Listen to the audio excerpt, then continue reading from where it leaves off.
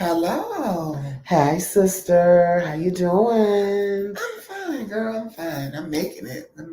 Yes. For those of you who are tuning in, if you're new to this is Twoc Talk Thursdays, where we at the Transformative of Color Healing Project come to you every Thursday with topics, with our conversation, with our hearts, really trying to reach you guys and have really genuine conversations and engage with our community. Um, for those of you who are returning, welcome back, welcome back, welcome back. This is another exciting episode of Twoc Talk Thursdays, and we have some very exciting topics for you today. I want to introduce myself, and then, of course, I'll let our ED introduce herself. My name is Samaya Turner, and I am the program manager here at the Trans Women of Color Healing Project. And I'm Toy Washington Reynolds. Clap, people, clap. I'm Toy Washington Reynolds, Executive Director of the Trans Women of Color Healing Project. And as Samaya mentioned, this is something we do every Thursday. It just varies on who we have who the special guest is going to be that week. Usually this segment has been facilitated and moderated and hosted by our amazing sister, Dr. Elder Mother. I call her Elder Mother, Raquel Henry. She usually takes over Twoc Talk Thursdays. But we also believe that it's very important that we have multiple conversations and multiple topics, a myriad of topics that really affect us in community. And we really want to make sure that we're addressing these issues and we're honoring our community members with the information, knowledge, and the tools that are needed so we can navigate successfully daily, right? Yes. I want to really stop a moment and acknowledge our comment. Hi, Sister Jade. How are you? Jade says, greetings and salutations, my beautiful sisters. Hi, we love you. Hey, sister. Yes. So as my sister was just saying, we like to get into our topics. And for those of you who come every week, you know that we love right now to do our shout outs. Our roses for the week, the things that we're excited to discuss. Toy, did you want to go first with the shout outs? Did you have some exciting shout outs this week? Oh yeah, I do. So the shout outs usually is our announcements, our recap of the weekend. Unfortunately, this weekend I had the privilege of being a part of the I Elevate conference that's hosted by UPPC and the Vision Church of Atlanta.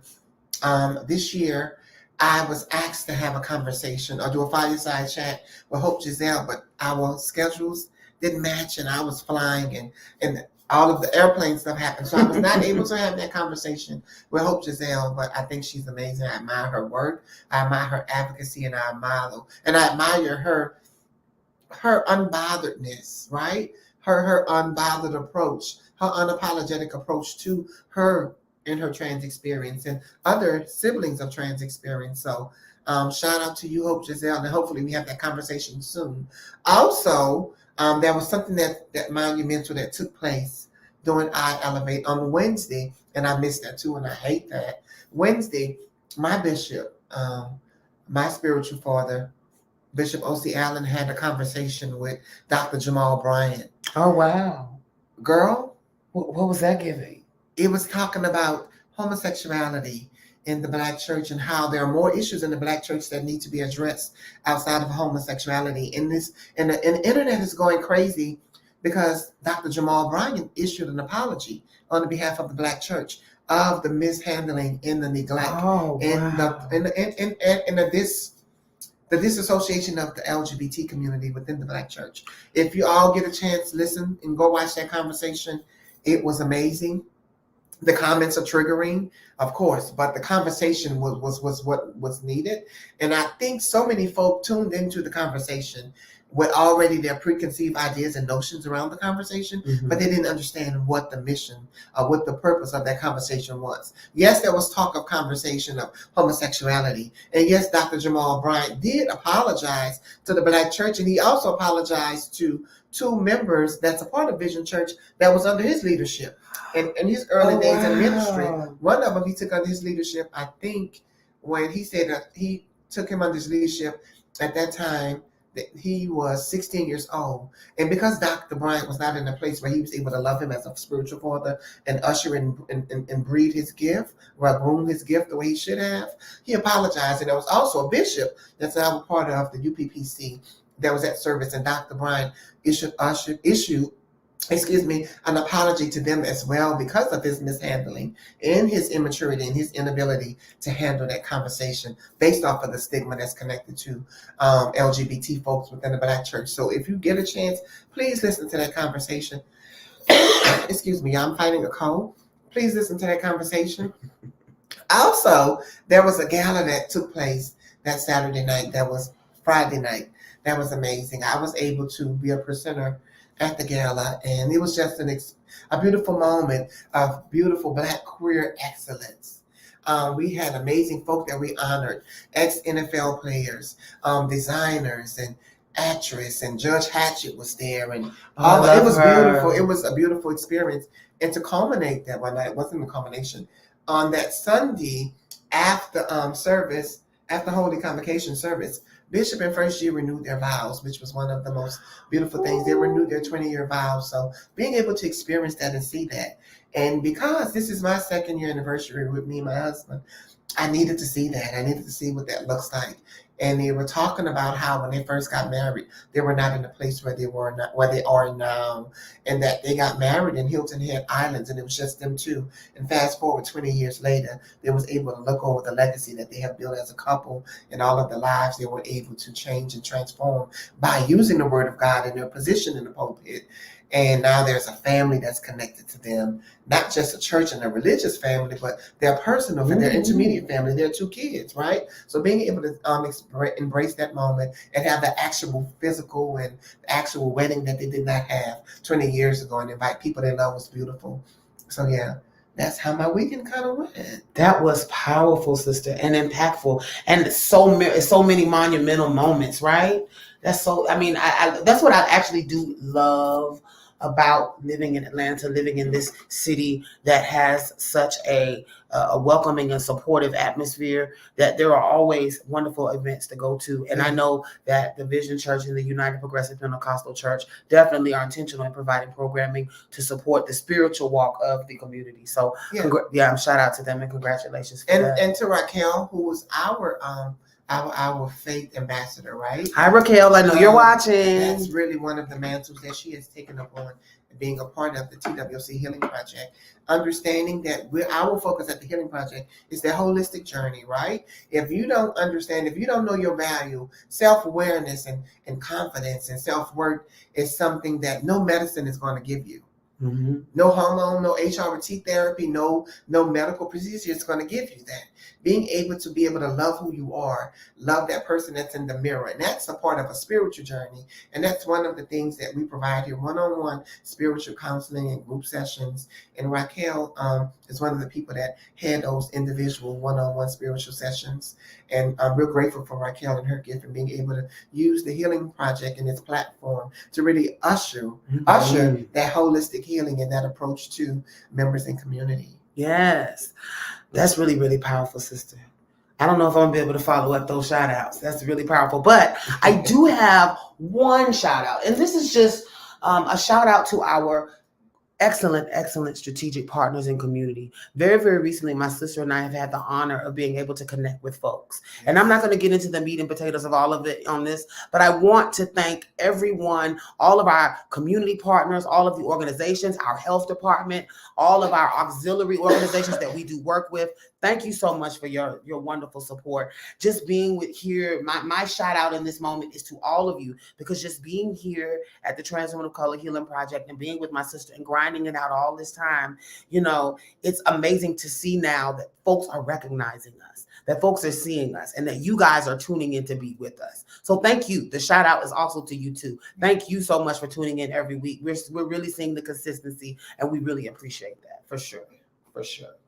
So you want to get into some topics, darling? Go on, sister, load us up. And these topics this week are very near and dear to us, and we usually try to be sensitive and considerate of you guys' time, right? But these are some topics that are true to who we are and our purpose and a mission here at the Healing Project, which is to combat the erasure of trans lives, our narratives, and our existence in community and society. So these topics are going to be a little heartfelt and close to home for us. Definitely.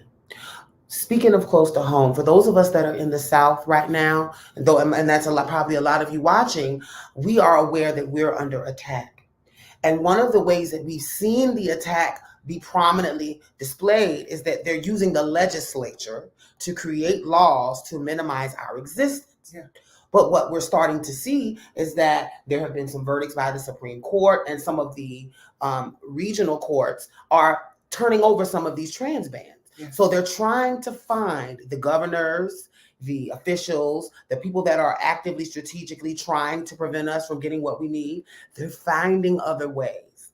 And Virginia's governor has found another way to get around the way that their laws have been overturned. Virginia, which is the Commonwealth. You was just going to say the Commonwealth, child. For those of you who live in the Commonwealth, no shade to you, but I know y'all know those laws are crazy and archaic, and they do not. And there's something unusual that you would only know if you live there or and go we're here to support you. For real, and we are. And hit us up in our email if you're interested. Now, Governor Glenn Youngkin, his latest rollback of some of the policies regarding transgender students has led Virginians on both sides of the issue to speak out. Now, these policies are dangerous to the well-being of students, says Landecker, a recent graduate from Virginia Beach. It forces outings, it censors identities, and it puts students' mental health at risk. Now, the new guidance, the new policy says that students' participation in certain school programming and use of school facilities like bathrooms or locker rooms must now be required that they go to the one based on their assigned sex at birth. However, it does include an opt-out for parents to request that their children be given access to a sex-separated facility in cases and places where the school requires or permits transgender students to have a sex-segregated bathroom for themselves. Oh. Yeah. You can get, but you have to get special permission to get access to the separate bathroom. Otherwise, you have to go to the bathroom according to your birth sex. So if you don't have a parent note, you're going to have to go to the male bathroom if you're a trans woman. That's powerful. Now, the policies also must say that students who are minors must be referred to by their names and pronouns in their official school record, unless a parent approves of something else, and the school systems may not encourage teachers. So even with the parents' note, the schools may not encourage teachers to conceal that information about a student's gender from anybody else or the parents, from other school officials or the parents. So if the school now, let's say my child does get a letter from the parent, I'm a teacher and I get a letter from a parent about a child. I now have to disclose this to the school. I now have to disclose this to about other students and I have to tell their parents. I have to have a whole conversation with all these other people about this child's business. Now, Ian Pryor, a London County parent who's been critical of the school system and he has a nonprofit called Fight for School, says this new model of policy will help students. Will give parents a voice in schools. So, and all of these things that are put in place to protect the child. That's what they're trying to say. Putting the child at more harm and risk for more harm. So you're outing this child, and you're pretty much saying it doesn't matter what the parent and the guardian of this child says, that because the child is at your school under your custody, everything that this parent believes that's put in place for the safety of their child, you supersede that. Now, the reason why the governor is taking this action is because in 2021, there was a law that was codified by the legislature that actually protected trans kids and their right for expression. And so then the governor now is saying, well, y'all have control over the laws. But because the Democrats are over the Virginia legislature. So y'all may have control over the laws, but I have control over the policies. And so he's then now demanded that the Department of Education create policies that are discriminating against children. And that's a unique trick, right? That's something we really have to look out for. So we're all focused on legislation, on talking to we always tell you, talk to your elected officials, make sure you show up to your capital, make sure you show up to sessions, right? We're saying to do that, but also Who's showing up to school board meetings? Hmm. Who's showing up to those policy meetings that they put in the back of the flyer? Those are the things. Now, I want to read some of the comments here. The law also encourages teachers to out students to their parents that haven't had their conversations with their parents, which is correct. There's if the parent had now, if the child comes to the teacher in confidentiality, the teacher now has a responsibility to tell the parent. I have to tell your parents, and I have to tell the school. Mm-hmm. I have to tell on you. And it's getting to the point now where your very existence as particularly trans youth in this country is going to be marginalized. I know we have youth that are listening right now. For those of you that are listening, I want you to know we care. There are adults, the grown-ups, are fighting on your behalf. Because I can only imagine how I would feel right now as a trans youth, feeling like not only is the legislature, but my governor. Whole world is against me. Yes, my teachers, my principals, the governor, everybody's against me. And for me, this would be a barrier to me completing school. I'm not going to lie. Before I would allow navigating life. That's what I'm saying. It's really, really crazy, sister. I mean, what are your thoughts? For me, I know that's why I say this conversation, this topic. As a grown woman, in 2009, I was in Virginia. At the time, I was the current reigning Miss Models, Inc. Mm-hmm. And I was in Norfolk, Virginia. And there was a booking I was down there for. Shout out to Vega and Models Inc. pageantry system that provides a platform of excellence for trans women and trans women of color in the community. And I was there. I was the current reigning Miss Models Inc. And we went out after one of the events. We went out to IHOP, which was one of the local things, one of the things that they will do on the weekend, because there's not really much to do there. But and it's a college town, but everybody will come out in the night, and that night everybody would meet up at the IHOP. So this particular night, we went out to the IHOP. It was me, Vega, and another person was with us, Sean. Sean, I love you, Sean. I haven't talked to you in a while, but I love you and thank you for always supporting. We all went out to eat, and as we were sitting down, the place was filled with heterosexual folks, and they all were in there. There was no ruckus, any of that. Everybody was just enjoying their food. The food was taking a while to come, so everyone was in there just talking and having casual conversation. There was a Black police officer that was, I guess, monitoring the restaurant, and she was standing up like we was in a chow hall.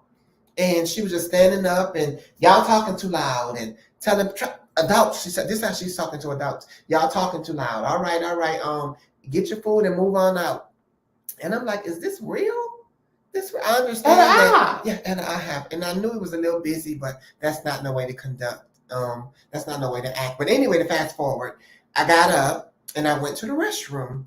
And I knew I was going to get some type of response because a Black trans woman always does, for real. There's really not a time where we can go under the radar, right? So I got up and went to the restroom.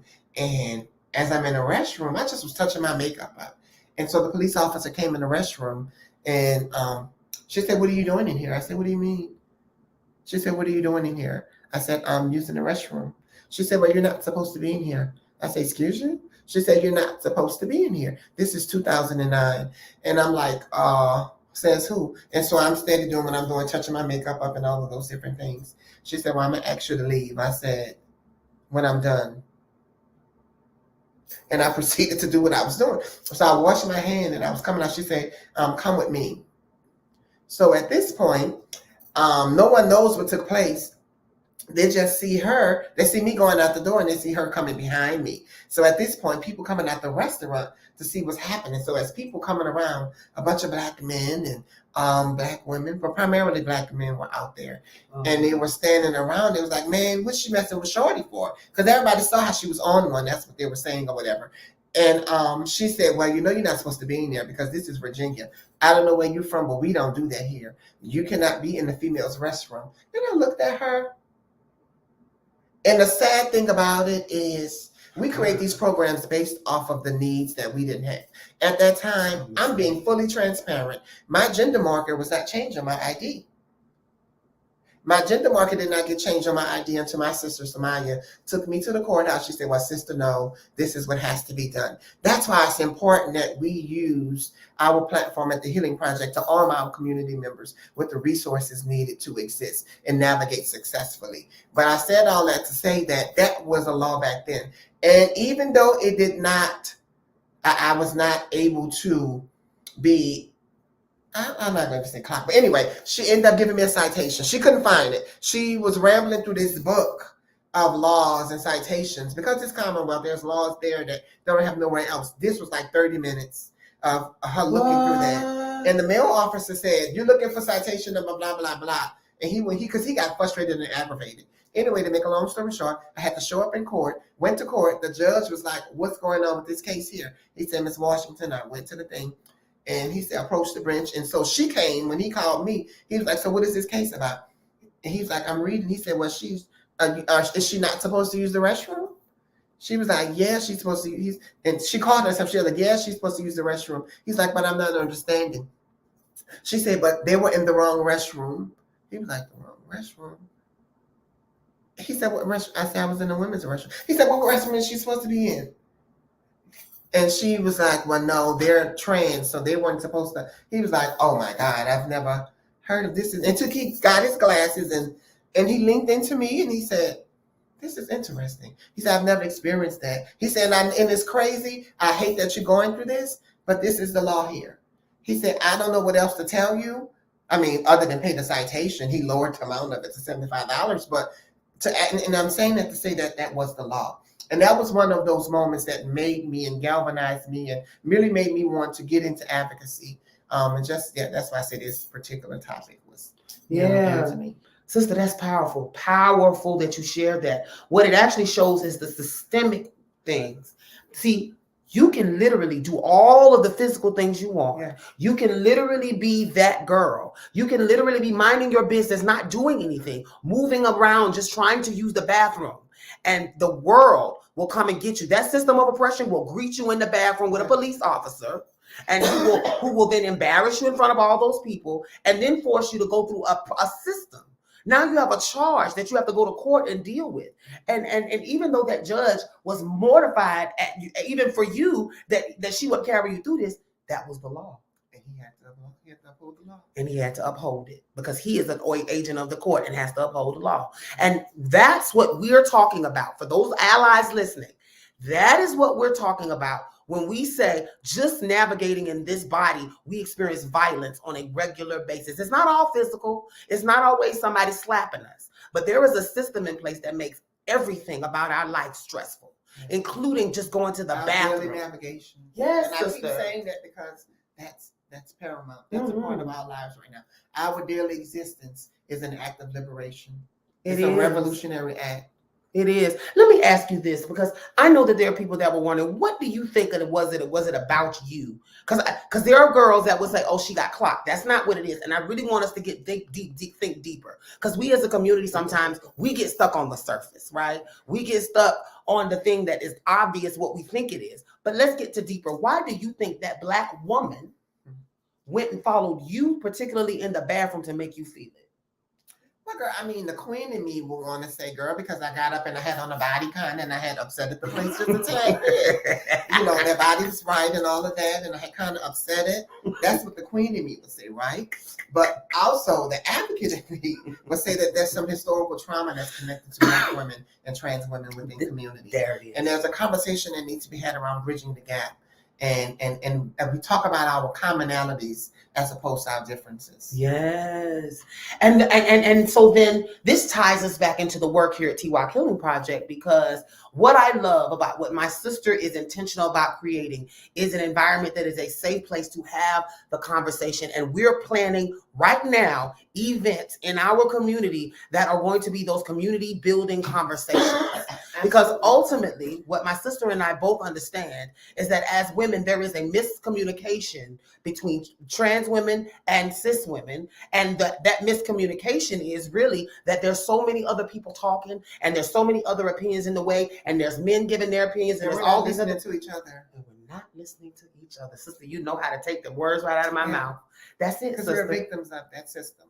and the system just happens to be handed through us in that particular way. Their intersection is a Black man. And both of us, Blacks, trans women, Black cis women, are getting the short end of this stick. That's powerful. Before we get into the next topic, I want to plug an event. So Yes. on August the 3rd at Club Mix, we're going to have our mixer. Healing Through the Highways presents our mixer. It's going to be at Club Mix, 7-11. If any of you are going to be in Atlanta for the SOS Conference, Saving Ourselves Symposium, we're going to have our mixer at Club Mix, 7-11. We are so excited to talk about that particularly. Shout out to Dash Jags, our operational support staff person, for really helping being a strategic partner with that. Thank you to everyone at Mix for supporting, Maurice for the food. Y'all, this is going to be a wonderful event, and we are so excited. We're very intentional right now in trying to connect with community. And remember those community partners I talked about in the beginning? Hey, my sister Natalia, Regina. Oh, hey, Unspoken Treasure Society in the building. She said that's what we do with the Purple Orchid. Yes, ma'am. So my sister has an amazing leadership institute for trans women where she's really helping trans women, and she's giving them the educational tools that they need through a cohort program that's giving them the essentials to navigate life daily, right? Also, once they complete the cohort, they're able to be assigned as program assistants, and they're able to successfully help build and structure organizations. So the Purple Orchid cohort is preparing them to be successful on national and global levels within this work when it comes to advocacy and activism. So thank you, Natalia, for really being intentional about your mission and your goal. Having those conversations too. Unspoken Treasure Society. Natalia, I love you. You know I love you. You know every time we see each other, it's like Christmas. I don't know what it is about this lady's energy, but I gotta get me a piece every time I see her. And I thank you for all of your love. And I'm glad that you spoke on this live today so we can plug your business as well, because there's a lot of great work for the girls in Florida. So thank you, sis. We also have a comment here that says, yes, sister, work it. So that's my sister Jasmine. Hi, Jasmine. She's in Birmingham. So Jasmine has an organization in Birmingham. I met Jasmine in my duration at a facility in Birmingham, and Jasmine was one of the members of the organization, and she felt as though her needs were not able to be met through that organization, so she created her own. And me and Jasmine have been in connection, and so just being that conversation, and she'll call me sometime to bounce ideas and things of that nature. But thank you, Jasmine, for supporting. And Natalia also wants us to know that she also has those community building conversations between cis and trans women as well. And I think that's why she was saying it related to what we were saying. So we got you, sis. And yes, that is Unspoken Treasure Society for sure. What's the next time? All right. Well, did you? Okay, so yes, we want to be moderate and considerate of time. So this one got a little lengthy. So also one of the topics I wanted to discuss while we are elevating as trans women in society, we going into mainstream, and we're finding success. But I really have an issue that we have actually allocated that success looks one way. Elaborate for me, sister. Okay, I say that because there's a plethora of Black trans women that's doing amazing things on all sorts of platforms. Yes. We have lawyers, we have doctors, we have politicians, we have senators, right? And fortunately, I'm a part of pageantry. I'm a part of ballroom. But unfortunately for other trans women that's not a part of that particular community, there's a lack of support and intentionality around their platforms, their accomplishments, and their agendas and community. And I really want to speak to that. And because in order for us to really build equity in community and bridge the gap and really transform what our success in society look like, we have to support and elevate each other. One of the main figures right now, one of the polarizing figures in community right now happens to be one of my sisters. I love Giselle. Giselle has been the same person since I met her over 15 years ago, and she has been the same person. And I applaud all of her successes on every level. I love her. She's a possibility model around faith. That's one of the biggest things that I tell people all the time. We're magnets. Words have navigation systems. They go where we send them. And every time I talk to Giselle, she's telling me what the next leg of her journey is going to be. And I will be sitting here lying to tell you if everything that she tells me, she do not manifest, because she believes it. Amen. Right? And I love her for that. I love her for that. So Giselle is just one of those figures that's really making an impact in community. We had the privilege of every year we have our I Was Here Memorial Gala. And last year we honored with Tracy Africa Trailblazer Award, we honored Lana Bloom. A lot of you are saying, well, who is Lana Bloom? Lana Bloom is a ballroom icon, philanthropist, community service, community rights advocate, and just so happened to be the first trans woman of color to be on the Sports Illustrated swimsuit issue. Mm-hmm. And I said that to say that I have not seen the support and elevation of platform that and of her accomplishment that I have for other members in community. And I really want to talk about how it's intentional that we really support each other in our work that we're doing. And as women, as trans women, if the world doesn't do it, we're responsible for doing it for each other. So Lana, today I speak your name. I love you for your accomplishments and all of the work that you're doing. Thank you for receiving the Tracy Africa Trailblazer Award for your amazing monumental contribution. And most importantly, I wanted to highlight that today because we're having these conversations about law and all of the different things and how that's going to affect us in the future.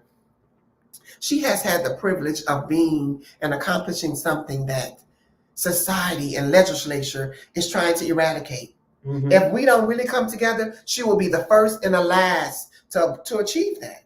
She was the first trans woman of color to be on Sports Illustrated cover, to be a model. And if we don't really come together and combat the erasure of our lives through laws, she's going to be the first and the last.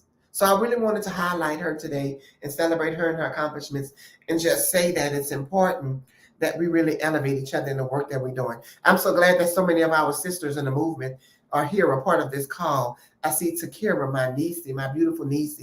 Congratulations on all that you're doing. I pray you healing wishes on your healing journey. I love you. I'm here to support you. I see Brianna Jenkins, Esquire, who is an amazing attorney that's advocating for our daily navigation, successful navigations. We have a myriad of amazing Black trans women that's doing monumental things in community. And I really want to just highlight them. If I had the time, I will go through the list of all of those brilliant folk that I'm connected to, but I really just wanted to make sure I bring that up as a topic.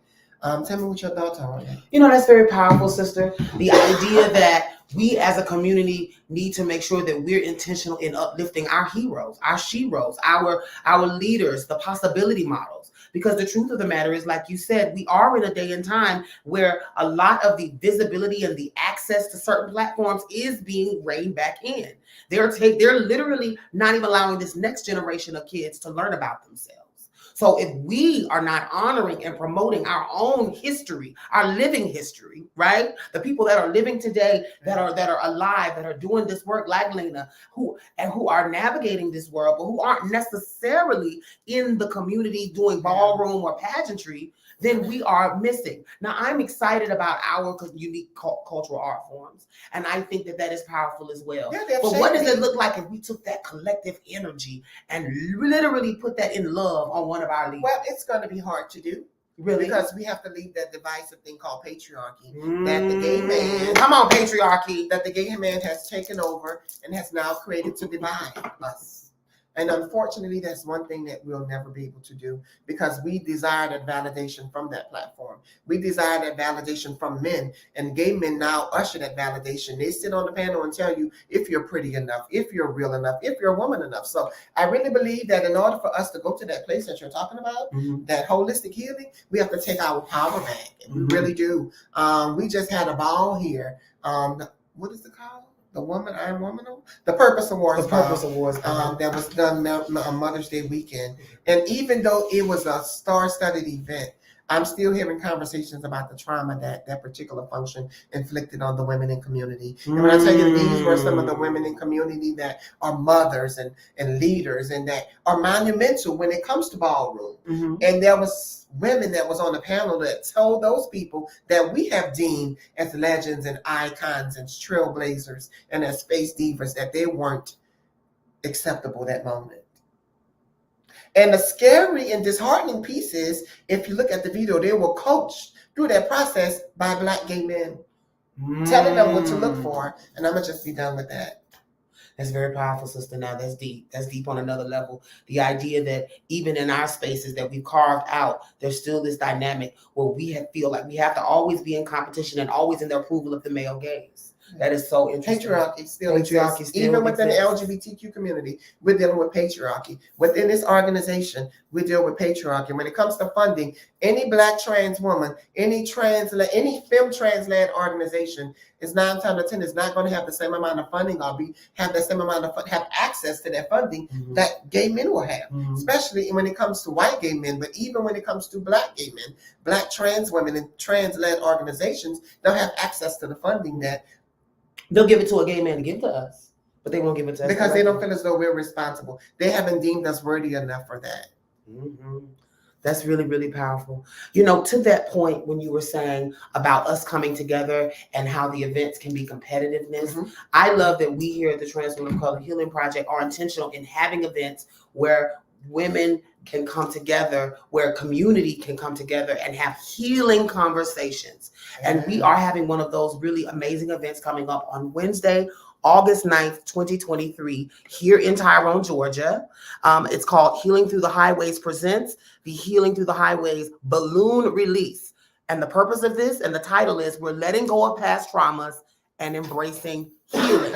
Now, what we will be doing is we will release your past traumas, negative self-impressions, and anything holding you back through the symbolic act of writing it down and having a balloon release into the air. And we're very excited about this event because we've been intentional in making great strategic partnerships to make sure that y'all are loved and supported on. There will probably be incentives. We stay tuned. We have a lot. It's going to be amazing. It's going to be amazing. It's going to be amazing. Thank you for introducing that. So one of the reasons why that was created, and absolutely, Trina, is from 5 to 7 p.m. at Shamrock Park. I can't see the address. That's what it was. Yeah, 5 to 7 p.m. Eastern Standard Time at Shamrock Park here in Tyrone, Georgia. Yeah, 5 to 7 p.m. August the 9th. And one of the reasons why it was important that this event take place is because we at the Healing Project were fortunate enough to receive funding, and we talked about bridging the gap, right, with cis women. With Black cis women and Black trans women. We were fortunate enough to receive funding from Sisters of Color Ending Sexual Assault, CSA, and it was a funding opportunity geared toward supporting Black women that was victims of sexual assault. And it just so happened that this year they saw the proposal and they saw the work that we was doing, and they felt that the work that we were doing needed to be highlighted and elevated, and our mission was worthy of being a part of this. And when I tell you that being a part of this amazing group of Black women has been nothing short of amazing. The level of support and the level of, oh my God, the resources and just being able to have the community with the Black women. And they were there, they received me. I had apprehensions about going into the space because I know how that would be. Because I hear so many times where they're taking funding away from us and all of those different things. But I was welcome into that space. We was welcome into that space. And they were eager to hear from our experiences and everything that we learned and everything that we had to share. And one of those relationships that we had was connected to Dr. Lauren. Hey, Dr. Lauren, I know she'll do this later. Dr. Lauren is a physician and a therapist in Michigan. You told me amazing things. Yes, I love her and her intentionality. So Dr. Lauren will be working with us. We're also a part of the Life is Love campaign. Me, myself, Samaya is an organizer. Quentin, my husband, and Alex from I'm Human, we're organizers for the Life is Love campaign. And on August the 29th, we'll be having a town hall at City Hall in Atlanta. And the conversation is around access to reproductive health, reproductive justice, prevention education, and just having a conversation with providers and community members. And Dr. Lauren is coming out from Michigan, and she's holding a healing camp. And with that, she'll be bringing her team. They'll be doing physical therapy. They'll be doing yoga. They'll be doing acupuncture. All of those different healing methodologies that we need to effectively heal in communities. So shout out to you, Dr. Lauren. Shout out to CSA for supporting us in the amazing work that we're doing. Definitely. I also want to give a shout out to the Life is Love ambassadors, those of us that came together and had our photo shoot recently, it was so amazing to be with you all. I was very, very thrilled. I know we gave that shout out last week, but I want to thank you because I am enjoying this moment just to know that our people are showing up and that we are really, I feel the bond already with the group. Yeah. I'm looking forward to this retreat and with the amazing clinical support that you brought on with this doctor. I'm so, so grateful. So thank you for doing this, sister. And thank you for the connection with Dr. Lauren. Dr. Lauren. Dr. Lauren Collins. Thank you so much. And most importantly, this mission is here to, excuse me, y'all, I'm fighting. Girl, don't look at me like that. Miss Thing. Girl. This is a room. I got to get it out before Air it out. I got to get it out before I go to put the content. But the But major you gonna thing, leave it with me? Go ahead. no, girl. The amazing thing about this particular campaign is because it's speaking to our bodies, what families look like, what TGNC families look like, right? And we want to dispel that myth that trans folks are not worthy of having families, not worthy of being mothers, and trans masculine folks are not worthy of being fathers. And unfortunately, we have not had the education and the resources. So a lot of us has done away with the processes and gotten rid of the things that we needed in order for us to reproduce on our own. But this particular town hall is going to be filled with providers. It's going to be filled with providers and community members, and they're going to be all type of resources there that's giving access to the reproductive services. So I take over.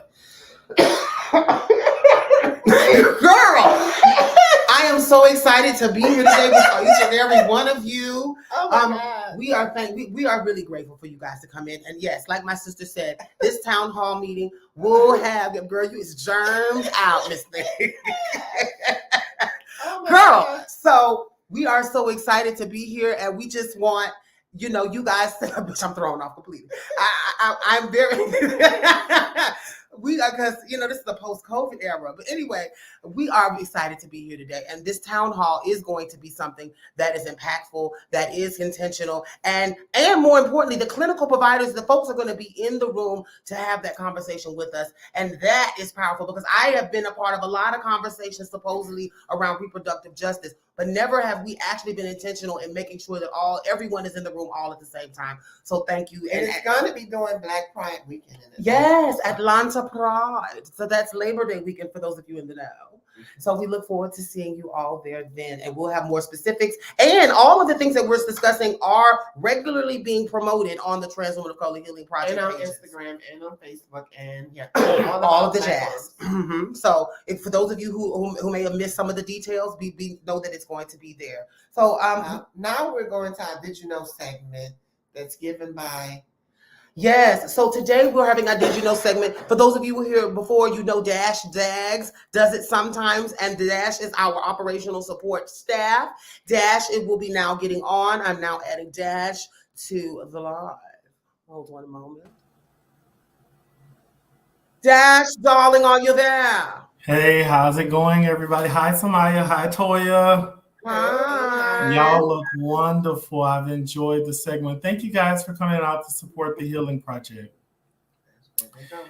Well, I come with bitter bad news. Okay. So one thing I like about working at the Healing Project, it involves civic engagement. And I want to encourage everybody, no matter how minute it is, I often say vote for the dog catcher. And it's very important that you get out and you exercise your right to vote. We got some good news out of Florida. The judge overturned the case basically said it's inconstitutional to arrest people or to prohibit them from performing drag performances with kids, and also that kids can attend if their parents deem so. And basically that's a good thing. We also know that the whole thing that the Republican Party want to do, they want this to go to the Supreme Court and chance that they think that they're going to win the presidential, but hopefully they won't win the presidential. So that's why I need you guys to get out and vote. I need you guys to exercise your rights to vote. Now, we have some other news that's going on. If you live in the South, I know Samaya talked about what's going on in Virginia, but here in the South, we're at a fight. We're at a fight in Texas. We're at a fight in Georgia. We're at a fight in Alabama, and we're at some other states that I'm not familiar with. So you all know that the Supreme Court basically said that in states where they had a higher minority, that they had to create another seat. So this is very crucial for states like Georgia, who actually turned blue in the last presidential election, and states like Louisiana, who has another majority area that's Black that's not being counted as Black. Texas is a little more complicated because it's Latino and it's also African American, and it's one of the largest voting blocks in the country, along with California and New York. So what's going to happen here, where that is, once the maps are redrawn, we'll have enough seats in Congress and enough seats in the Senate that we probably can be the minority and get some laws passed that may reflect our views. So it's very important that we get out and vote. And no matter how much you feel that your vote don't count, it actually does count. We're witness the erasure, not only of trans lives, of LGBTQ+. They're trying to erase us. They're trying to push us back into the beginning of mankind. And that's just not somewhere I want to be. So here's another thing in Louisiana. I got some bad news about Louisiana, and I'm a Louisianan, and it hurts me to my heart. My governor,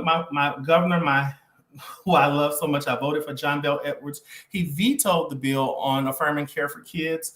Well, the Protect Kids Act actually was overturned by the legislature there, and the law takes effect January 1st, to where kids won't actually be able to get affirming care in Louisiana. So these are reasons that we need to get out and exercise our civic engagement. And I'm going to keep praying for you kids in Louisiana and across the country. And if you need something, please contact us here at the Healing Project. My email is inside of my name. Thank you guys for having me. Thank you for always being there and keeping us abreast so we can arm our community members with the tools that's needed, once again, to navigate successfully. We couldn't do a lot of the work that we do without you. So thank you for just thank you, Toya. Thank you for the opportunity. Absolutely. Thank you for being an ally and a comrade. There's a difference between an ally and a comrade. And you are definitely a comrade, and we appreciate you for that. Oh, okay. I'll adjust my tie on that one. Yeah. Sayonara Dash. Bye, darling. Yeah. So, out of here, Toots. Y'all, this has been another exciting episode. I'm so excited. We come every week. We bring our authentic selves. We bring our real authentic stories. Toy shared a story today that was very, very, very touching. And we ask that you give us grace as we come to you every week with this. And we're growing, right? So give us grace. Give us grace. Pardon our progress. Yeah, pardon the progress. We're doing some renovations, expanding, and all of that. So give us grace. We're going to have all the bells and whistles in a minute, but just make sure when you're at those functions where they're fundraising and at those funding tables, make sure you drop the nugget about the work that we're doing here at the Transformative Color Healing Project, because of you guys' support and you guys mentioning us and speaking of the work that we're doing, we're able to grow at the expeditious rate that we're growing. So thank you for the support. Thank you.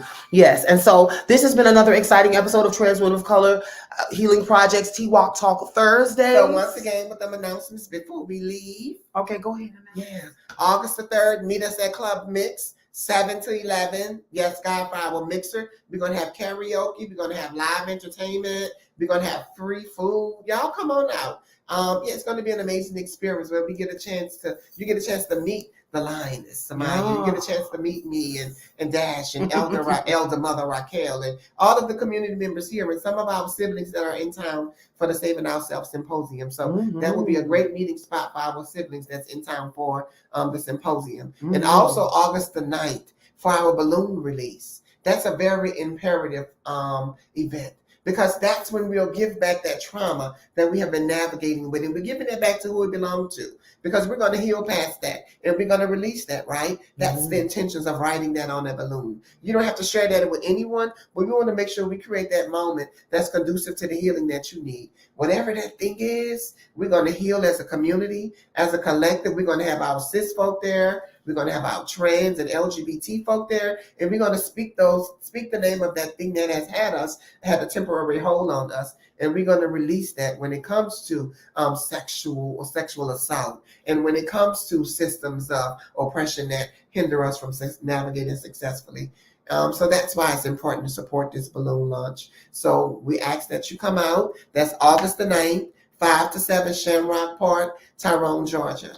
And before we also go, I have an announcement. My sister Raquel Henry is a part of a wonderful, exciting series called Trans World Atlanta. And on Saturday at Best Friends Lounge in College Park, they are having a event, a talk back community event. It's free food, free everything. The flyer is being shared around and on our Twoc Healing page. So we just ask that you just go and support my sister. I'll be there. Some of our staff will be there, and Raquel will be there with her husband and the crew and the cast of Trans World Atlanta.